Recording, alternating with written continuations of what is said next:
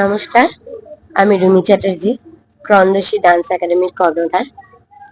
আমার এই স্কুলটা খুবই নতুন, কারণ 2023 থেকে এর গোড়াপত্তন শুরু হয় এই একাডেমি। আমি নিজে শ্রীমতী বিদুষী তনুশ্রী শঙ্করের ছাত্রী।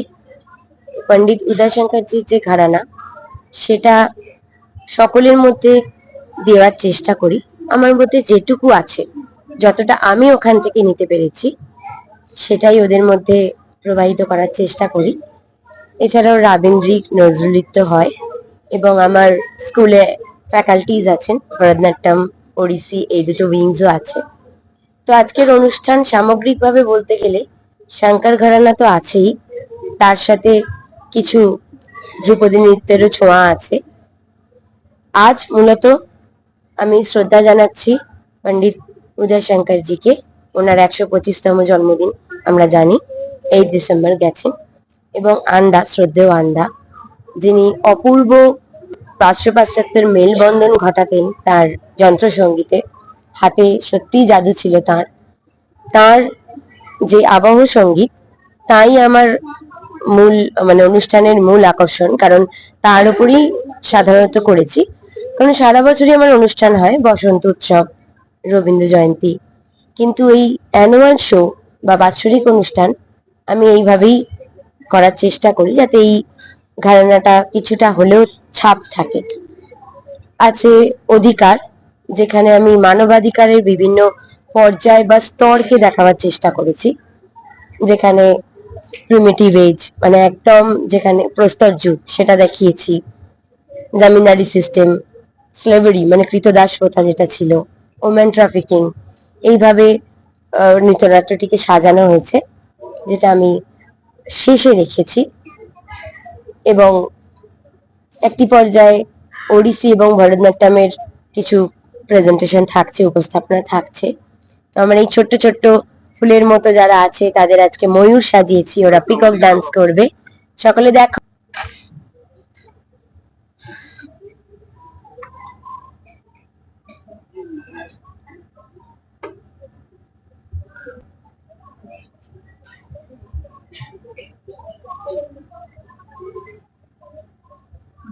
যে যদি কেউ পড়াশোনা সারা বছর করে, তার পরীক্ষার আগের দিন যদি একটু রিহার্সাল বা ক্লাস থাকে, সেটা অফ দেওয়ার কোনো দরকার হয় না। হ্যাঁ, বোর্ডস আলাদা কথা, 10, 12 কি graduation final year, masters final year, definitely ওটাতে আমি গুরুত্ব দেব। যদি কেউ পড়াশোনাটা ভালো করে করে, তার মানে সে নাচটাও ভালোবেসে করবে এবং দুটোতেই সে এক্সেল করতে পারে। মায়েদের বলবো, কারণ মায়েরাই এই শিক্ষাগুলো দেন, যে তোমাকেই সময়ের যে তুল্যমূল্য বিচারটা করে নিতে হবে। আজকে আপনাদের এখানে অতিথি কে কে আছেন? আমাদের এখানে আজকে আছেন শ্রী কৌশিক চক্রবর্তী মহাশয়, যিনি ভরতনাট্যম এবং কথাকলির, উনি বেসিক্যালি রবীন্দ্র ভারতীর পাস আউট একজন সুযোগ্য ছাত্র থেকে এখন অনেক বড় বিশ্ববিখ্যাত, বিশ্বখ্যাত একজন শিল্পী। উনি আমার প্রধান অতিথি আসছেন। এছাড়াও আমাদের হাওড়ায় আমরা শিল্পী বন্ধু এবং ডান্স ফাউন্ডেশন বলে দুটি গোষ্ঠী আছে, তো ওনাদের মধ্যেও কিছু অতিথি আসার কথা। তাদের আমি নিমন্ত্রণ করেছি, জানি না সেটা কি হবে, কিন্তু কৌশিকদা তো আসছেন। আমার আজকে 68 স্টুডেন্টস, 68 জন স্টুডেন্টস, আর কিছু ট্রুপ মেম্বারও আজ পারফর্ম করবে আমার, কারণ আমার ক্রন্দশী ডান্স ট্রুপও আছে। আমি বাইরে পারফর্ম করতে যাই, কলকাতা এবং পশ্চিমবঙ্গের বাইরে। তো সব মিলিয়ে আজকে আছে নিয়ার অ্যাবাউট 80। হ্যাঁ, রুমি চ্যাটার্জি। আমি এখানে শিখছি 1 বছর হতে চললো আমার। এর আগে আমি শিখতাম, এখানে আমি থাকতাম না। হাওড়া জেলায় আসার পর একটু সব বুঝিয়ে নেওয়ার পর আমি ক্রন্দশী একাডেমির সঙ্গে যোগাযোগ করি। তারপরে আমি এখানে ছাত্রী হিসাবে শিখছি, পারফর্মও করছি, বিভিন্ন জায়গায় অনুষ্ঠানও করছি। কেমন লাগছে?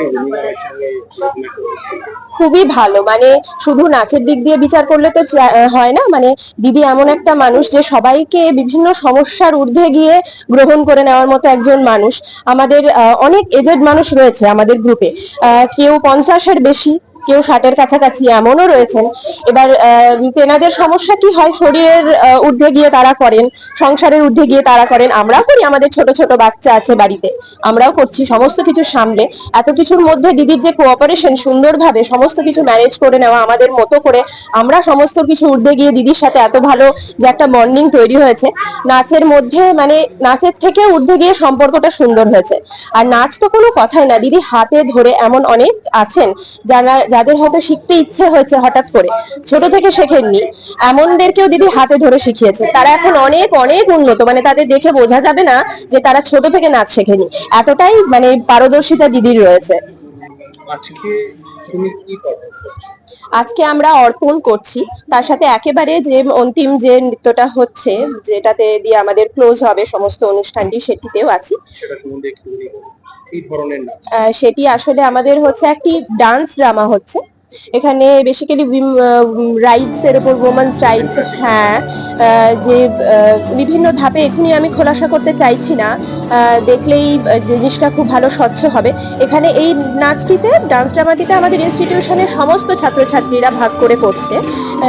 মাঝখানে ছোট বাচ্চারা আছে, বড়রা আছে, সবাই সম্মিলিতভাবে ভাগ করে নিয়ে একটি খুব অভূতপূর্ব একটি ধারণা, সমাজকে একটি মেসেজ দেওয়ার চেষ্টা করছি আজকে আমরা, যেটির জন্য একদম শেষ পর্যন্ত, অন্তিম পর্যায় পর্যন্ত সবাইকে অনুরোধ করব ধৈর্য ধরে থাকার জন্য।